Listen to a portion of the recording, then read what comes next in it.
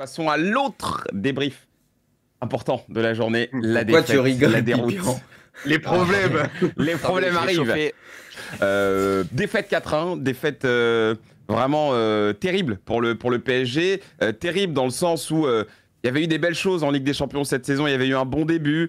Voilà, la victoire contre Dortmund, des matchs un petit peu moins bien, on l'a vu en Ligue 1, des rencontres que certains avaient presque qualifiées de matchs référence. Notamment contre l'OM, et pourtant il y a ce match-là qui donne l'impression que voilà, faut presque tout refaire, que finalement l'équipe n'était peut-être pas si prête que ça, pas si au top. Compliqué, un peu la gueule de bois pour les supporters parisiens. Pipion, comment t'expliques cette déroute parisienne? Comment tu l'expliques, toi? Bah déjà, je pense que le 4-2-4 de notre cher Luis Enrique est arrangé au même compo au panthéon du PSG que le 3-5-2 de Laurent Blanc contre City avec Serge Aurier en défense centrale. Je pense qu'il va falloir pas s'entêter parce que c'est un échec. Tu peux pas arriver en Ligue des Champions avec seulement 2 milieux de terrain. C'est un peu du suicide. T'as dit quelque chose d'intéressant. Ouais, on a l'impression qu'il faut tout reconstruire de nouveau. J'ai le sentiment qu'avec cette équipe, il va falloir qu'on ait un juste milieu, à savoir que, on l'a dit, oui, il y avait des choses intéressantes, mais quand tu prends les 4 victoires de cette saison, c'est contre Dortmund nullissime, c'est contre un OM en crise, c'est contre Lens qui était en perdition sur le début de saison, et c'est contre l'Olympique lyonnais MDR. Donc au bout d'un moment, il va peut-être falloir se calmer et se dire, ok, c'était bien. Ça, c'est l'attaque du PSG, MDR.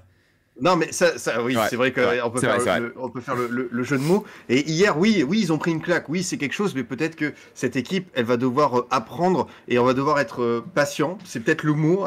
C'est compliqué pour eux. Je l'avais déjà dit, peut-être qu'on doit faire avec cette équipe ce qu'on a dû faire avec Arsenal et le projet Arteta, c'est-à-dire mettre en place, construire, bâtir. Ce match va leur servir pour la suite, j'en suis persuadé. Ils vont comprendre beaucoup de choses sur les attitudes, sur le pressing, sur les individualités, sur la manière d'aborder ce type de rendez-vous. On savait que quand il y avait voilà, une équipe qui était capable de les enfoncer, de leur mettre un coup de pression, et c'était un gros test européen, on voulait voir ça. Et là, au moins, on a un élément de réponse. Non, ce PSG n'est pas prêt à gagner la Ligue des Champions dès cette année. Non, ça va être très long. Il y a un déficit de créativité, on le savait, par les départs de certains. Mais en même temps, je suis pas sûr que hier, si tu mettais, je vais mettre les pieds dans le plat, si tu mettais Neymar, Messi et Verratti sur ce genre de configuration, tu l'emportais. C'est juste que il faut revoir beaucoup de bases. Moi, avant de laisser Bruce parler d'Mbappé, moi je vais juste dire un mot là-dessus. Mais pourquoi vous me chauffez tous sur Mbappé? Parler d'Mbappé, il n'a pas parlé du match, parler d'Mbappé. Ah ouais, moi vous me chauffez. J'avoue. C'est le PSG dans son entièreté, les gars. Vous êtes anti-Mbappé ou quoi? Moi j'aime bien, j'adore le joueur, il a été monstrueux, Coupe du Monde, tout ça, etc. Mais cette version playmaker, c'est même pas le fait de faire... Ouais, Pipion, t'es en train de dire que c'est pas un playmaker d'exception, on m'a pourtant... Mais moi je suis d'accord avec... Moi on m'a pourtant promis, contre nature, et juré que c'était un mélange de Pelé, Messi et Cristiano Ronaldo. Alors déjà, la personne qui t'a dit ça, je sais pas où est-ce qu'elle est, il faudra que tu la mettes sur le plateau d'hors-jeu parce que ça peut être un immense divertissement. Et moi, ça peut m'intéresser aussi. Exactement. Juste pour terminer, c'est pas par le fait de dire Mbappé est playmaker par le dribble, c'est par la passe. Et surtout, quand il reçoit le ballon entre les lignes, il prend beaucoup de temps à analyser le jeu avant de se décider. Dans ce match Ligue des Champions, c'est une touche de balle, ça doit aller très vite. Et en fait, même en faisant ça, il ralentit le jeu, il n'aide pas son équipe. Donc Mbappé, il va falloir qu'à un bout d'un moment, il se remette à faire ce qu'il fait de mieux, c'est à savoir prendre la profondeur, être à la finition. C'est vraiment là où on l'adore tous, et pas faire ça. Et après, ça va être le souci au niveau de l'ego, d'avoir un coach qui va être capable de lui dire, est-ce que ce sera Luis Enrique? On sait qu'il aime ça, il a collé des gros vestiaires, de pouvoir lui rentrer dedans. Ouais, non, mais c'est vrai que ça, on l'a vu. Notamment, moi, j'ai une image en tête, moi, qui me hante depuis hier, c'est ce ballon qui reçoit limite dans le rond central et il rate son contrôle complètement. Là, oui. Et derrière, après, il lâche le truc. Et il lâche le truc, ouais. Le ballon, il a 1 mètre de lui. Il a 1 mètre de lui, Braque. Mais oui. Franchement, t'as pas le droit. Enfin, tu dois au moins tenter quelque chose. Là, c'est vraiment... En plus, dans le niveau de l'attitude, il est un peu détestable, faut le dire. Il y a peut-être un problème en ce moment avec Mbappé. Alors, je sais pas si c'est dans son utilisation, je sais pas si c'est par rapport à lui-même, parce qu'on entend comme quoi, oui, il serait peut-être pas à 100% en ce moment.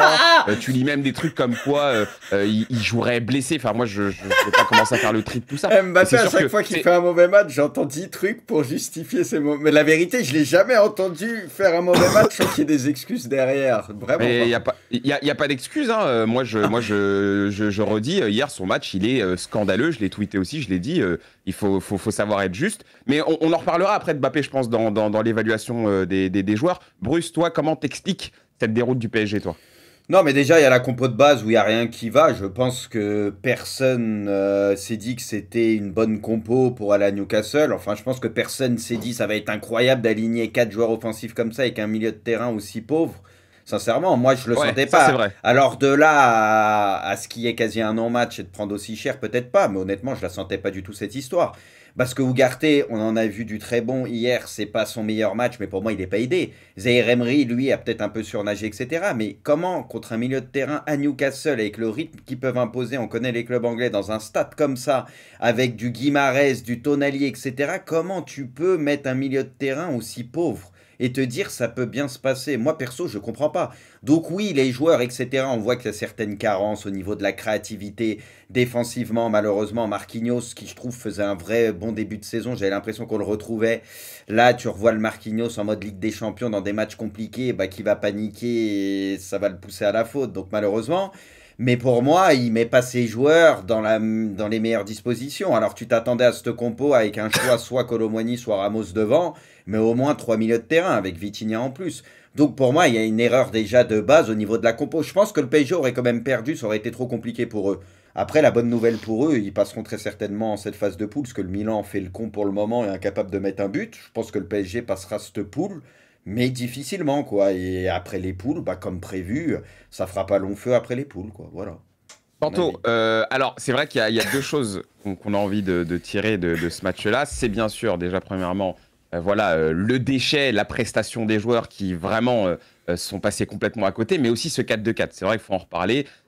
Une compo que Luis Enrique a assumé hein, en fin de match, en interview d'après-match. Il disait je pensais que c'était le meilleur schéma à mettre en place et je le pense toujours. Il a même dédouané ses joueurs. Hein. Il a dit que l'attitude de ses joueurs, elle était là, elle était bonne.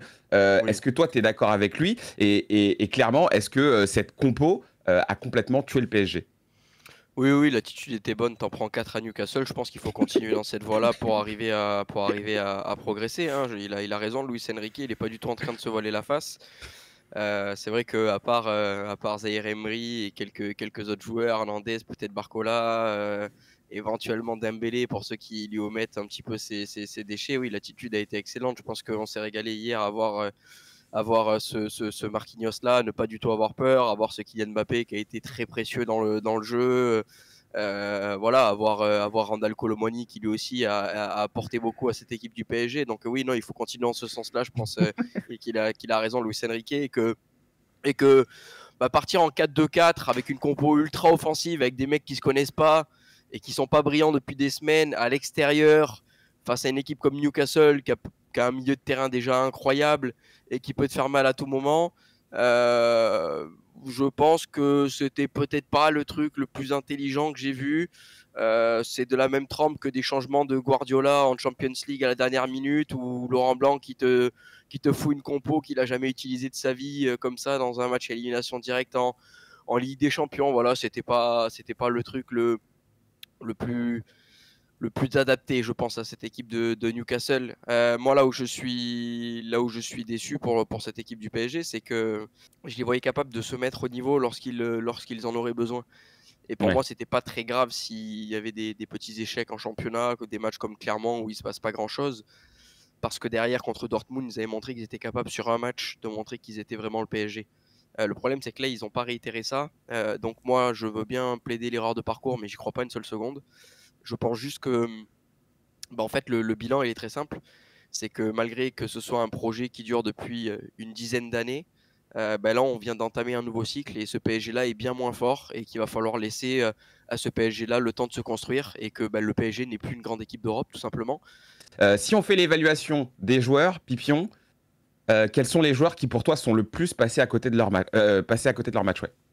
Il y en a un paquet là, hein. Franchement, ça va être tordu. Bah, après, il y a un symbole qu'il faut qu'on. C'est Marquinhos forcément. Hein. C'est ce moment où le PSG fait une erreur et après, c'est la débandade, plus rien ne se passe. Et c'est comme on a pu voir avec Donnarumma contre le Real, comme le fameux PSG United avec Buffon et Kehrer. Quand cette équipe fait une erreur, après, eux, contrairement à Thomasson, eux, tout le monde s'effondre. Et franchement, quand t'es capitaine, que tu fais cette relance comme ça, bah c'est pas possible. Alors je veux bien qu'il y ait du manque de solutions, qui prennent un truc, mais personne lui en aurait voulu d'envoyer une immense sacoche et que Dan Burn le remporte de la tête, tu vois. On s'en fout. Là, à ce niveau-là, en Ligue des Champions, c'est pas possible. Et en plus, bah, c'est un joueur qui est là, qui est associé au PSG et à ses échecs et humiliations depuis nombreuses années en Europe. Donc voilà, ça commence par lui. Après, bah, évidemment, moi je mettrais lui sur le podium. Et Mbappé, c'est pas possible de faire un match comme ça quand tu es normalement le numéro 1, le leader incontesté de cette équipe, que tu assumes les responsabilités et qu'en plus derrière, bah, tu vas pas répondre aux questions en conférence de presse, tout ça, parce que c'est bien de dire, voilà, je vais être le numéro 1, mais il faut aussi derrière pouvoir assumer et expliquer pourquoi est-ce qu'il veut jouer comme ça. Ce serait intéressant de lui demander son avis. Et après... bah, entre Kolo Muani et Dembélé, en fait, les deux ratent. Dembélé est plus entreprenant, mais Dembélé, il faut quand même qu'on en parle. Je le dis encore une fois, cette finition, c'est pas possible parce que il fait tout bien. Ouais. Mais un joueur international de ce niveau-là, on te demande aussi de savoir finir les actions. Et pour un ailier à son âge, parce que voilà, c'est 26 ans, on parle pas de Dembouz, hein, on parle pas du genou, 17 ans, lancé par Roland Courbis au Stade Rennais contre le SCO d'Angers. Non, on parle d'un joueur international confirmé normalement. Depuis le début de saison, le gardien de la Lazio a marqué plus de buts qu'Ousmane Dembélé. Enfin, la stat, elle est lunaire quand même, mais elle est là. Elle est bâtard, celle-là. On est début octobre, ouais, les bâtards, mais c'est ce qu'il faut, il faut le dire. Au bout d'un moment, c'est pas normal que Dembélé, dans un PSG qui est dominant, certes qui est pas parfait, mais n'ait pas su marquer un seul but. C'est pas grave, on dira à la fin de saison, Pipion, comme j'avais dit au début sur mes trucs hors jeu, on dira qu'il a fait une grande saison parce qu'il va faire des petits ponts, il va mettre un beau but de temps en temps. Il aura des stats, il sera en double 5 à la fin de saison. On dira, il a fait une énorme saison. Très bien, très bien. Bruce, toi, tes joueurs, tes flops dans ce match? Bah, c'est un peu pareil. Après, là, le problème, façon, est général. Mais je dirais aussi Luis Enrique, encore une fois, ce que je l'ai dit tout à l'heure, pour moi, sur la compo de base, je pense qu'ils auraient perdu, même en 4-3-3, mais il y aurait eu un peu plus match, aurait été moins cata, quoi. Donc, pour moi, il les a pas mis dans de bonnes dispositions. Panto, tes flops à toi dans ce match? Faut vraiment donner des flops dans ce match. À moins que tu aies envie de donner des tops, hein, parce que c'est vrai qu'on les a déjà identifiés, les flops, mais si tu as envie de donner des tops, que ce soit du côté Newcastle ou même, je sais pas... les flops visibles, je pense quand même Kylian Mbappé, je pense Randal Kolo Muani et peut-être Marquinhos. Voilà pour les trois flops que je mettrai en avant. Non, après dans les tops côté parisien, comme je l'ai dit tout à l'heure, pour moi il y a Ousmane Dembélé qui, malgré ses problèmes de finition, arrivent quand même à montrer quelque chose dans une équipe où il n'y a pas grand-chose. Ah, mais il y a Warren Zaïre-Emery qui a été très très bon dans ce match-là, qui a un petit peu surnagé. Il y a l'entrée de Barcola aussi qui a été intéressante. Seulement intéressante, hein, seulement intéressante. Oui, intéressante. Mais dans un contexte compliqué, tu vois, donc c'est bien. Non, mais c'est pour ça que je dis intéressant. Oui. On parle de. Non, mais je vais pas dire qu'il a pas changé le match, quoi, tu vois. Non, faut après, être plusieurs. Le match est déjà foutu presque. Et évidemment, pour terminer, Hernandez qui a été très bon. Voilà, pour moi, peut-être les trois joueurs qui ont surnagé du côté du PSG. Côté Newcastle, c'est un peu compliqué parce que pour moi, il n'y a pas eu trop de mauvaises copies. Guimarães, incroyable. Il y a eu Guimarães qui a été très bon. Il y a eu Almiron qui, en début de match, a vraiment mis en difficulté la défense parisienne. Oui, c'est vrai que là, maintenant qu'on en parle, Guimarães, on peut parler vite fait de son geste. Oui. Hier, ça a été un débat sur Twitter, hier, quand j'ai posté ça. Oui. Pour moi, en fait, c'est rouge tous les jours. Il y a des gens qui disent non, il n'y a pas assez pour mettre rouge, c'est que carton jaune. J'ai quand même beaucoup de mal à comprendre qu'on puisse mettre un jaune à un mec qui envoie une gifle ou une emplâtre ou je sais pas ce qu'il fait à un joueur qui lui passe devant. Pour moi, c'est les gestes d'humeur qui n'ont rien à faire. C'est sa manière de lui dire bonjour, Kanto. Oui. Bah, tu dis bonjour avec les pieds. Si un mec t'a mal parlé ou si un mec t'a mis un petit bouchon, tu le fais pas avec les mains. Le prochain ballon, tu le fais comme à l'ancienne, comme le faisait Gattuso, comme le faisait Gardewitz, comme le faisait Van Bommel. Le prochain ballon, tu lui mets un gros bouchon. Ou alors, dès qu'il y a un ballon aérien, tu lui mets tes crampons vissés, tu les mets bien sur le dessus de son encore pied. Plus méchant, pour t'essuyer. Voilà, mais tu fais des trucs comme ça. Mais au moins, c'est dans le jeu. Là, aujourd'hui, moi, un mec qui en passant te met une tarte ou te met une emplâtre, non, pour moi, c'est rouge direct. Il n'y a pas de débat là-dessus. Moi, j'aurais bien aimé avoir quand même un petit zoom, un petit ralenti sur l'action, parce que je ne comprends pas trop, en fait. J'essaie de comprendre pourquoi, en tout cas, il prend pas rouge, quoi. Ça, c'est un petit peu bizarre sur cette affaire-là.